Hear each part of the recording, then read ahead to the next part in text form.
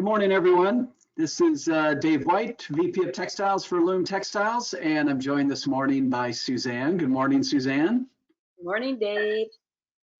You know, it's interesting. We were just talking about this, what today's subject's going to be about, and we actually just got done with a really interesting discussion amongst our teams about product, and it struck me as interesting, and we had just had this discussion that the pandemic has really forced us to have a lot of discussions about where we are, where we're going, and what's it going to look like afterwards. And it struck me that this is really a time of a lot of creative destruction.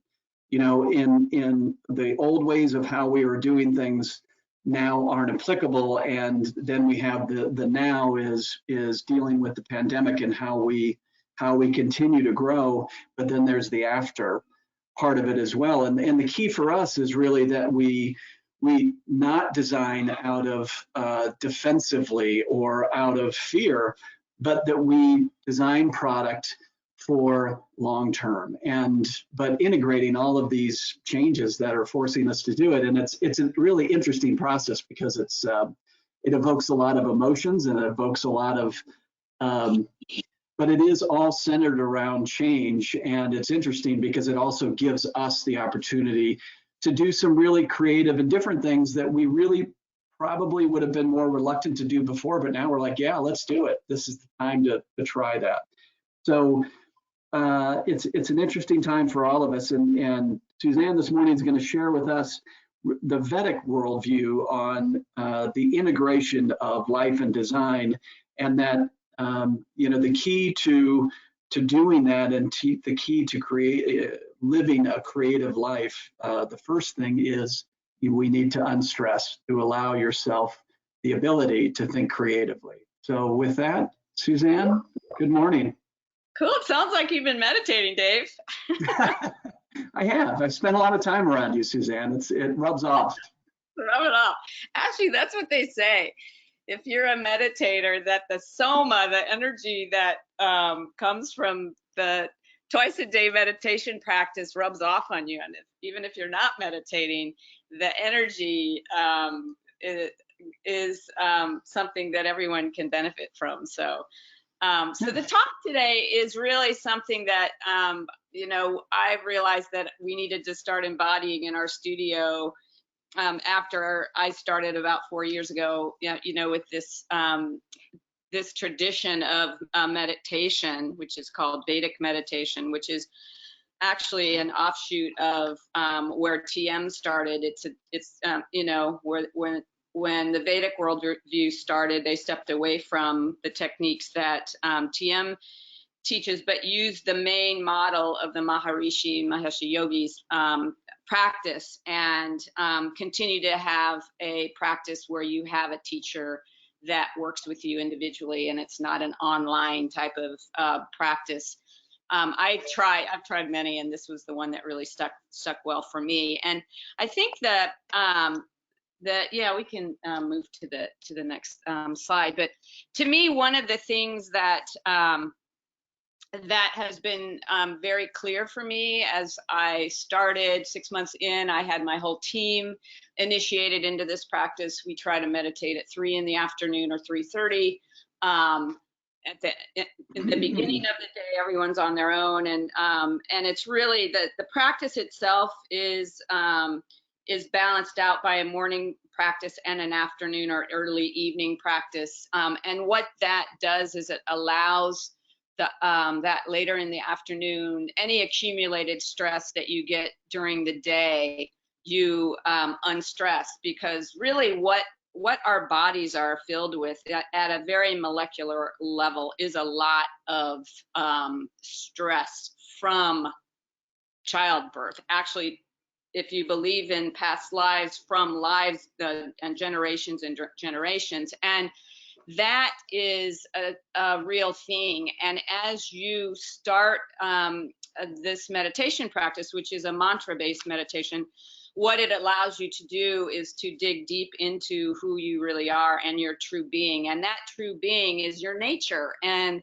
it's interesting for me to realize that we are all really one with nature. And that's been one of the silver linings that we've all heard about, is that all of a sudden we're hearing birds more, and we're seeing trees, you know, leaves on trees in a different way. We're seeing the ocean, for me, in a different way. I've never spent as much time at the ocean in my life, and I have since, you know, April when I got back from India. And so one of the things about creating a very kind of a creative lifestyle for oneself is to unstress. And it's very hard to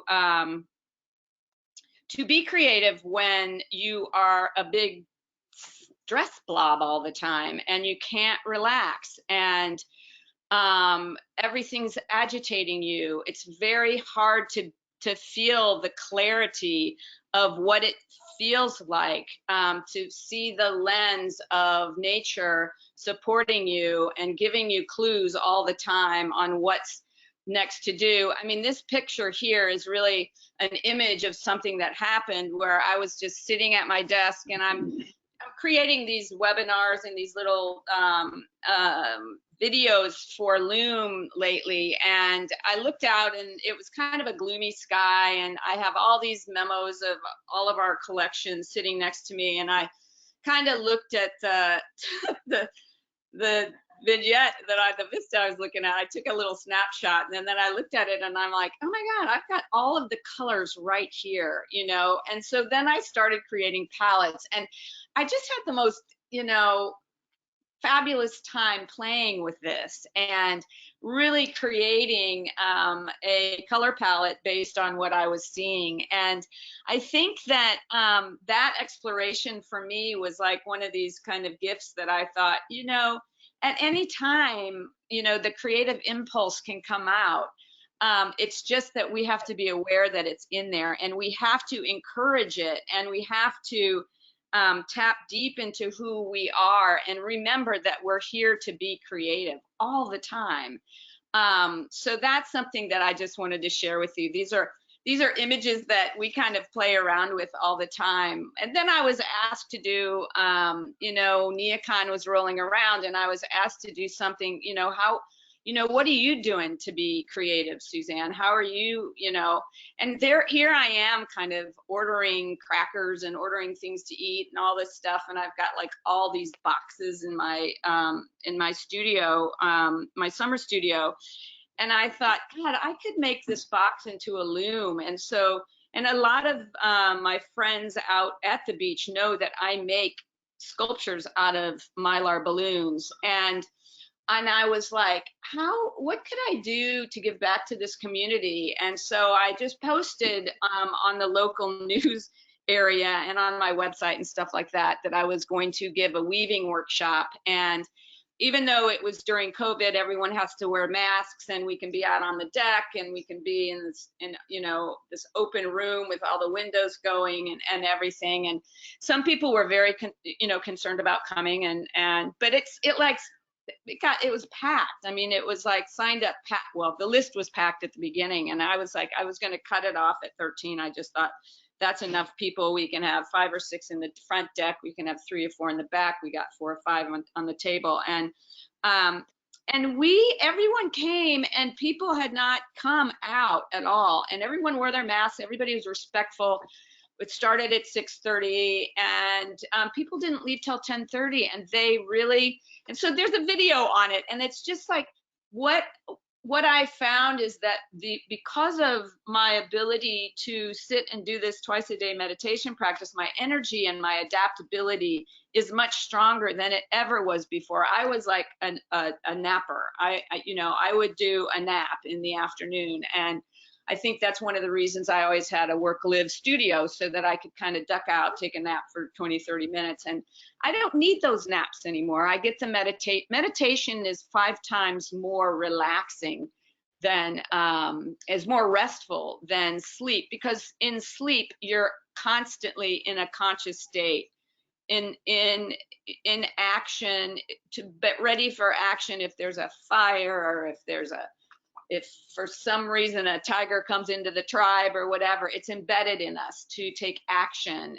So sleep is not as restful as meditation is. So it's just one of these things that once you learn how to go to that level, unstressing allows you to see things much more clearly.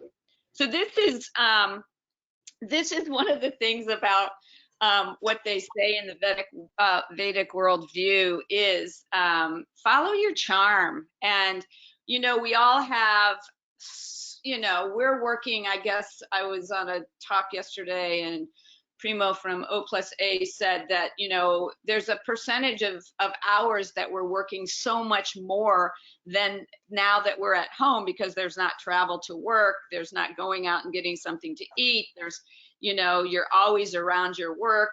I've lived that life for the last 27 years, working and living in the same space. But it's a different action when you are a meditator, because what happens is your mind is constantly looking at, when you have open time, what's charming you to go and do something that you really want to do. And I actually happen to have a weaving that has been on my loom since last year that I had never finished. And your mind at a relaxed state is constantly looking for what's going to make you the most happy at any given time. It's a natural phenomenon that your mind will do that, unless you're totally stressed and you're constantly stressed about every little last detail. And you may be, and if you are that type of person, this is unfortunately our last TikTok of the series. But I do give talks every other Sunday. There's one this Sunday. Just a plug, and I am initiating people to this this technique. It's something that I love to do. I do it on the weekends, and I do it in the evenings and stuff like that. But if that is something that you want to do, you know, log in on Sunday, every other Sunday. It'll probably start being every Sunday morning. And we meditate, and then we talk about all of these kind of knowledge. I do knowledge talks about how the Vedic worldview works. So following charm means you go to what is pulling you, what is charming you. And I went down and I started weaving on my loom.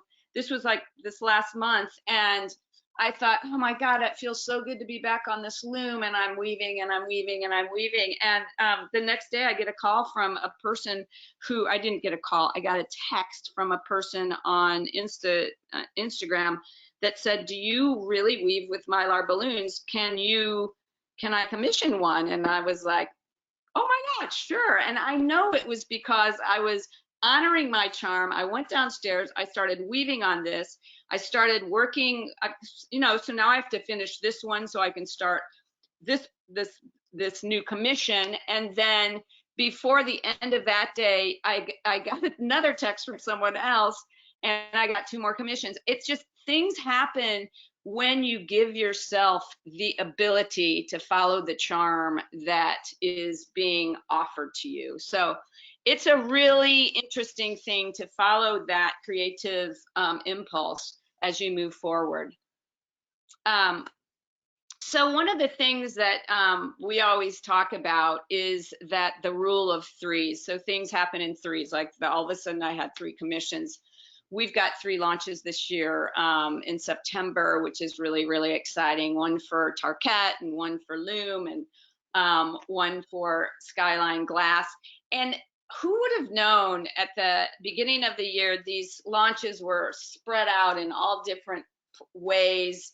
And all of a sudden, there's going to be this whole kind of resurgence of all of our product coming out at one time. So it's really exciting. We're all very excited in the studio to have so much, this abundance of beautiful product that will be launched into the marketplace right now. So, you know, those things happen very, you know, not that often, and all of a sudden they are happening. So.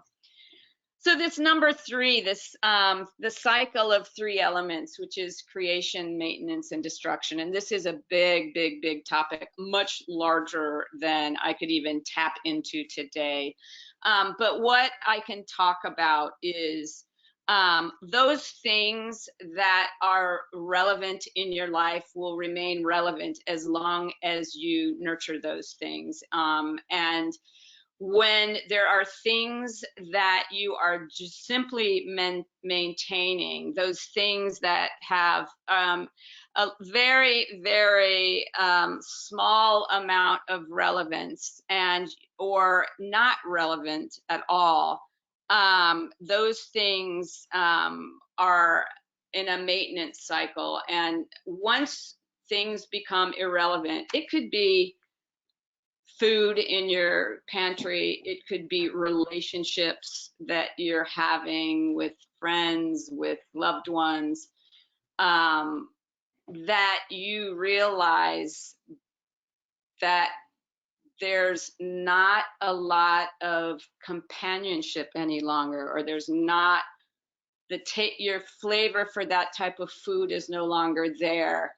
That when that starts to happen, then destruction will come into play. And destruction is where you need to let go, because unless you let go of the irrelevant behavior, even your behavior can be irrelevant and can cause destruction. And I mean, I think this is what we're kind of experiencing right now.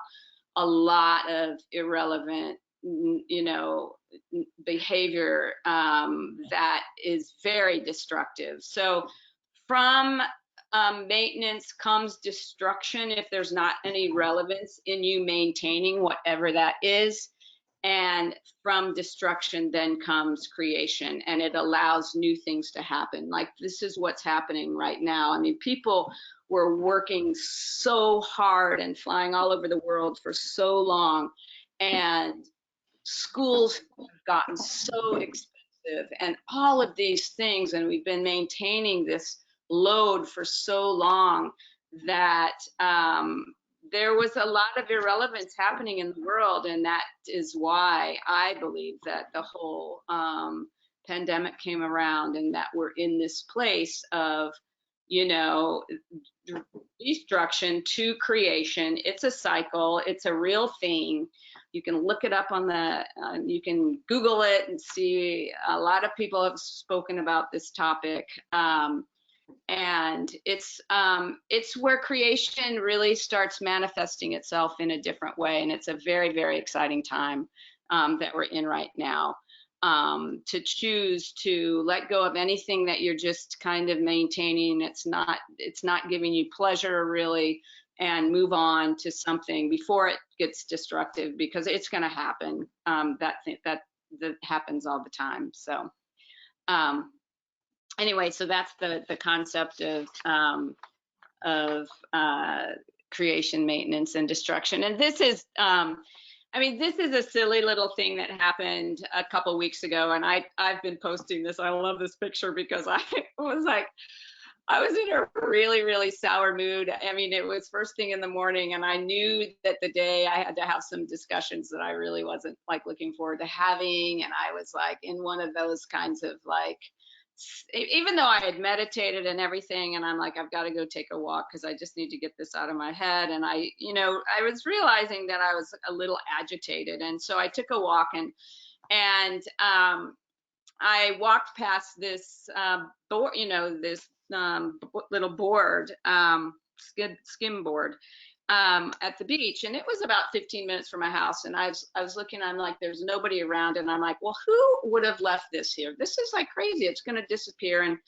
somebody like, why would they do that? And I was it was like a little unnerving to me. And I didn't, I just walked past it, and I just said, all right, well, I'm not going to deal with it. It's not my responsibility. Even though I wanted to take it and put it down, and I just didn't know. But then I'm looking around, and and so I went for my walk. I go up about 30, 40 more minutes, and I turn around and I come walking back, and there is that board again. And then that board, and I had decided halfway when I got to where my turnaround was, I'm like, I am not going to think anymore in any kind of destructive way at all. I'm only going to think positive thoughts and get back into this kind of creative mode. And I have control of my mind. I don't need to, you know, stay in that kind of stress ball mode that I was in before I left. And I'm like, look at how beautiful it is. And I'm like, and look at how beautiful this board is, this skim board is. And I was like, oh my God, I started taking pictures of it. I started laughing because I was like criticizing it on the way, on the way from my walk and then on the way back. So this is kind of what we do. Like right now, Dave talked about the fact that we were having this discussion about our, you know, our meet, you know, how are we going to handle our product plan? How are we going to do this and all of this stuff? And with, you know, it's like really, really up to us to become very creative on how to manage, you know, how we launch things, when things happen, and look at the positive side of these things and constantly kind of ask the questions, not being afraid to ask the right questions, and to really kind of get into who your true nature is. And I think a lot of times we're very fearful about asking a question. And I pointed one out to Dave today. I'm like, can I put some ink in the ointment today? And he started laughing. He goes, all right, go for it. And I was like, is this how this was? It's like, this is how we should think about this. And it was kind of like, it was a great conversation, because from that conversation, we're like, oh my God, we can use that information to adjust another thing in the product plan. And so I just want people to know that you have the ability to unstress this anxiety and this level of fear and sadness and all kinds of emotions that people are feeling right now, by your own means. And meditation is one. There's a lot of different types of meditation, and you know, reach out to people that you know can help you, and or try different types of meditation until you find the one that helps. If they say, if you know, almost if 1 to 2% of the population meditated, we'd have a totally different outcome of how the world and sustainability and how we're handling one another and the planet and everything like that. So I think I've used up my, is this a 20-minute talk? Is that what we're supposed to be doing? So if you've got any questions at all, I think you can you know, post them in the chat.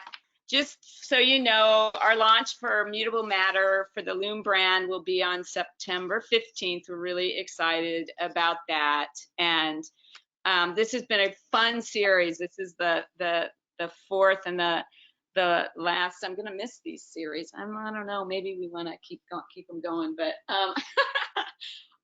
but if not, I'm always available on Sunday mornings. And if you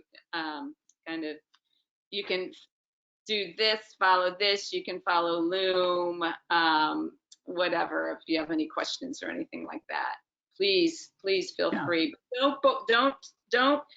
Don't be out there living in fear and not enjoying yourselves right now. We're in a huge creative impulse in time right now, and now's the time to be playful and joyful and get through everything that we're going. When things are not relevant, things are made. It's all about evolution, and we're all in a very evolutionary time right now. Always are. Things are always changing. Yeah. So. Well, Suzanne, thank you so much. I think that I actually, as you said, I'm a big believer in that, and creative destruction. I think we're in a really interesting period, and I hope that we all can unstress, and that'll help us all be more creative and happier.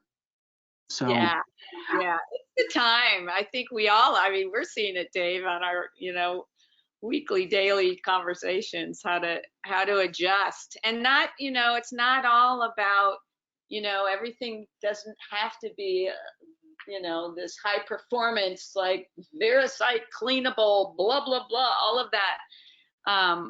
You know, we're culturing just beauty, having beautiful materials in your spaces now when you come back to work, and stuff like that are very, very important as well. So yeah, more holistic approach. Yeah, a holistic approach. It's not all about the we have to be very cognizant about performance and about sustainability. That stuff's not going to go away unless we're, very clear about how we're specifying things, and designing things. Did I mention, Suzanne, I think I may have forgotten to mention this. When you come to 1150 next time and when you enter the building, we're going to spray you with viricide. So just be aware of that. Very funny. Just totally kidding. Perspective. We want to keep it all in perspective. All right. Well, I don't think there's any questions, Suzanne. Any questions there, Daniela? I can't see anything. No questions today, but we're, as we said, follow us and follow Suzanne on social media, etc. And we appreciate your time this morning, Suzanne. Thanks so much for sharing with us. Thank you, guys. Enjoy. All right. Take care, everyone.